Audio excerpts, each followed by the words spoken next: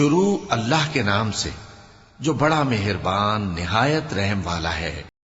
تو اے پیغمبر تم نصیحت کرتے رہو، تم اپنے پروردگار کے فضل سے نہ تو کاہن ہو اور نہ دیوانے۔ کیا کافر یہ کہتے ہیں کہ یہ شاعر ہے اور ہم اس کے لیے زمانے کی گردش کا انتظار کر رہے ہیں؟ کہہ دو کہ انتظار کیے جاؤ، میں بھی تمہارے ساتھ انتظار کرتا ہوں۔ کیا ان کی عقلیں ان کو یہی سکھاتی ہیں یا یہ لوگ ہیں ہی شریر؟ کیا کفار یہ کہتے ہیں کہ ان پیغمبر نے قرآن از خود بنا لیا ہے؟ بات یہ ہے کہ یہ اللہ پر ایمان نہیں رکھتے۔ اگر یہ سچے ہیں تو یہ بھی ایسا کلام بنا لائیں۔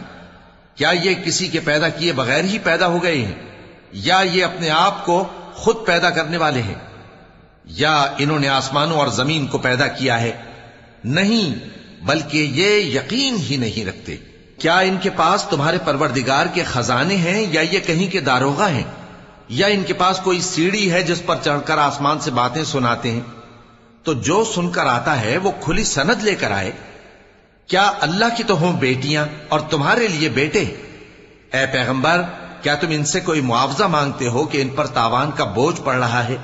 یا ان کے پاس غیب کا علم ہے کہ یہ اسے لکھ لیتے ہیں؟ کیا یہ کوئی داؤں کرنا چاہتے ہیں؟ تو کافر تو خود داؤں میں آنے والے ہیں۔ کیا اللہ کے سوا ان کا کوئی اور معبود ہے؟ اللہ تو ان کے شریک بنانے سے پاک ہے۔